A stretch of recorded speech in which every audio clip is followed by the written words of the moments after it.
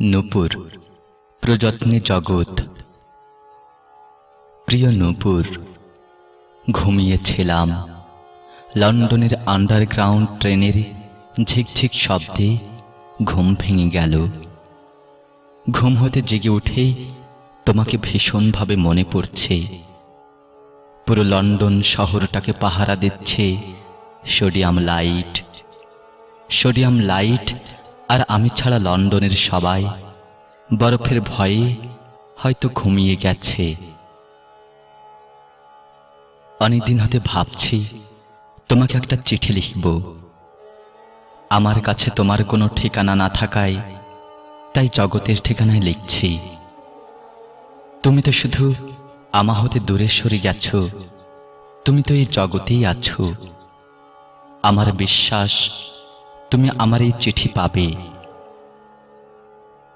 আমার চিঠি পড়ি যদি তোমার কখনো লিখতে ইচ্ছে হয়, তুমি অন্তরিক্ষের ঠিকানায় লিখো। তুমি আমাকে দেখলে হয়তো চিনতেই পারবে না। তোমার সাথে বিচ্ছেদের পর হতে আমি নিজেকে অনেক কষ্ট দিয়েছি।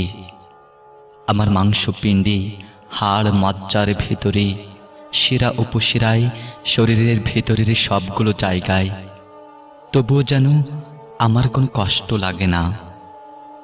আমি বুঝে উঠেছি আমার দিন ঘনিয়ে এসেছে। আসছে না বলো? পৃথিবীতে সৃষ্টি আর বাঁচে কয়দিন। তাই তোমাকে অন্তরিক্ষের ঠিকানা দিলাম। তুমি লিখবে তো? তুমি ফুটেই ঝরে গেছো বসন্তের শিমুল ফুল হয়ে। তাই তো আজ শিমুল ফুল তোলার মতোই উড়ছে ধরনের প্রান্তে প্রান্তে। তুমি ছোট গল্পের মতো শুরু হয়ে হঠাৎ শেষ হয়ে গেলে। তুমি না ফুটে ওঠা আমার অনেক ছোট্ট গল্পের চরিত্র।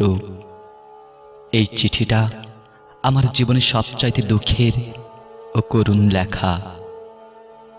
এই চিঠির প্রত্যেকটা অক্ষরে মিশে আছে আমার চোখের অশ্রুজল, যা তোমার কাছে লিখে গেলাম।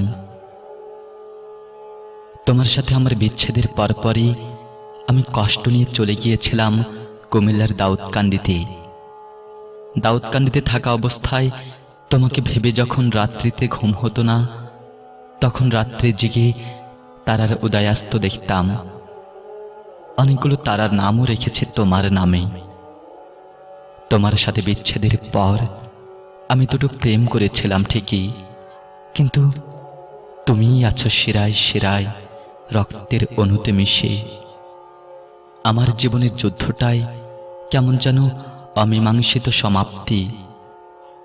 আর লিখতে পারছে না, চোখের জল পড়ে ভিজে গেছে চিঠির পাতা। এটি তোমার অক্ষর।